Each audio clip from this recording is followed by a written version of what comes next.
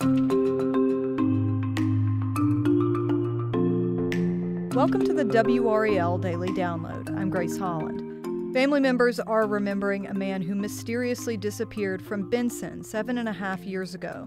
Cole Thomas should have been celebrating his 30th birthday this week. Arrests were made in the case, but those charges were later dropped, and now the case has gone cold. WRAL's Chelsea Donovan spoke to Thomas's father and joins us now. Thank you for having me. So, Chelsea, who was Cole Thomas and how did he go missing?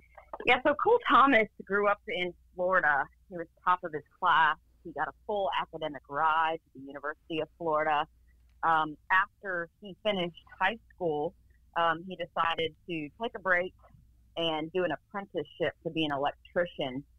And so back in 2016, actually on Thanksgiving Day, he was leaving Minnesota where he was doing that apprenticeship and was supposed to be traveling down to Florida with two coworkers.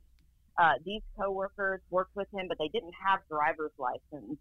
And so he drove them down. They made a stop in 95. And from what his family says, that trip that he made may have cost him his life, as, you know, after they got into Benson, he mysteriously vanished. Take me through, what was the search for him like after he went missing? Yeah, so his family is pretty open in the fact that they believe that he was part of a drug deal that went bad.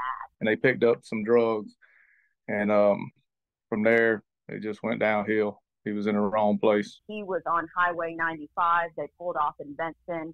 They were supposed to pick up some drugs, which we believe to have been methamphetamine. And apparently there was a squabble or some sort of argument that happened, and he may have been killed as a part of that argument.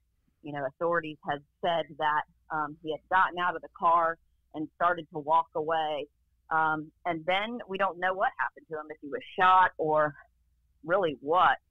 And so what happened in the days after that is just a massive search ensued in the Johnson County area, headed up by Benson Police and the FBI. I mean, and this is a search that went on months. They searched with an all-terrain vehicle along McLam Tark Road. They tromped through a soybean field. They walked in the woods, where one officer put something in a paper bag and returned with it to his car.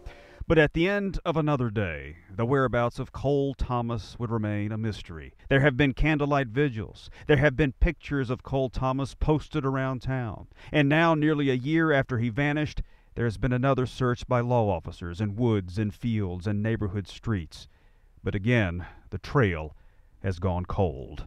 And they never have located his body. Who were the people that were at one point arrested in this case, and why did those charges end up being dropped? Yeah, so about a year after he vanished, really, 3 men were arrested, and 2 of them were his coworkers. I believe someone else in the Johnson County area was arrested. And then after that, there was a man arrested in Minnesota.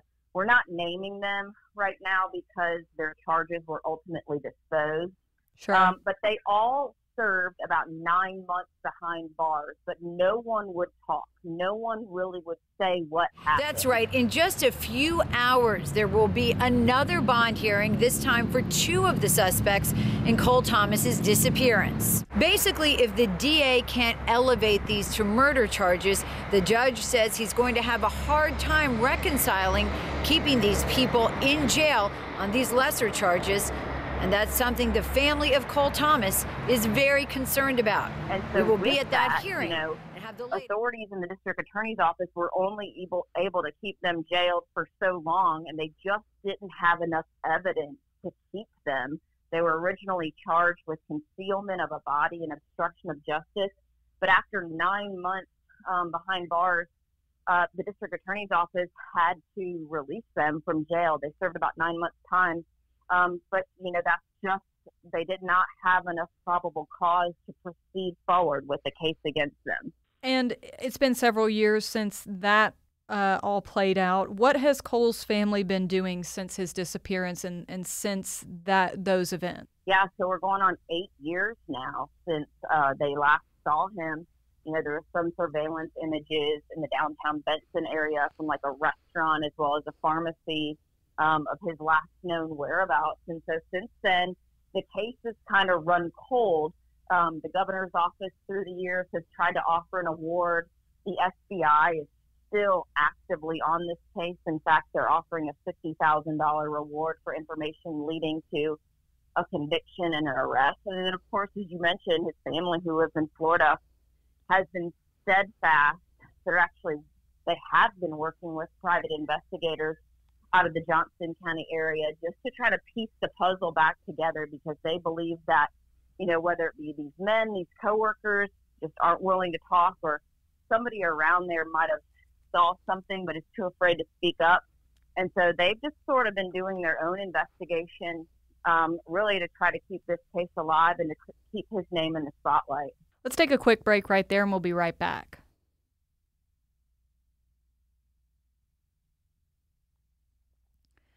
Chelsea, before the break, you were kind of walking us through the background on Cole Thomas's disappearance. What can you tell me about your conversation with his father? Yeah, so his father made a trip up to Benson this past weekend to leave, some notes and some cards as he's celebrating his 30th birthday on July the 2nd.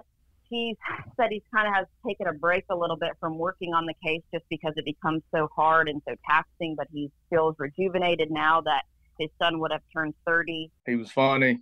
He liked to play and cut up. We always had a good time. There's times I miss him a lot worse than others, but he's on my mind every day.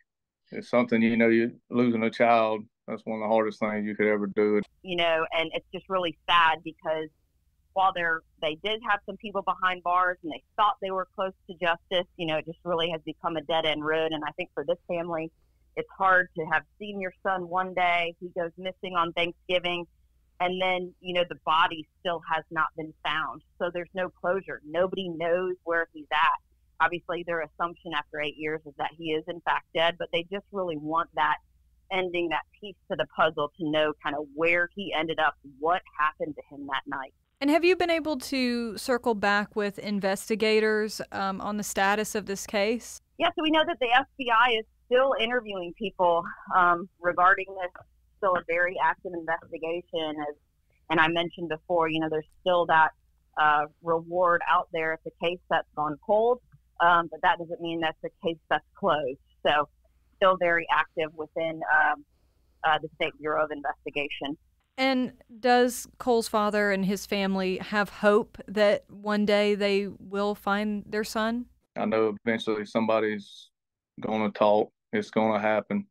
I'm not going to quit. I'm going to keep pushing forward. Keeping, their son's name in front of the media, on this 30th birthday that Cole would have been celebrating.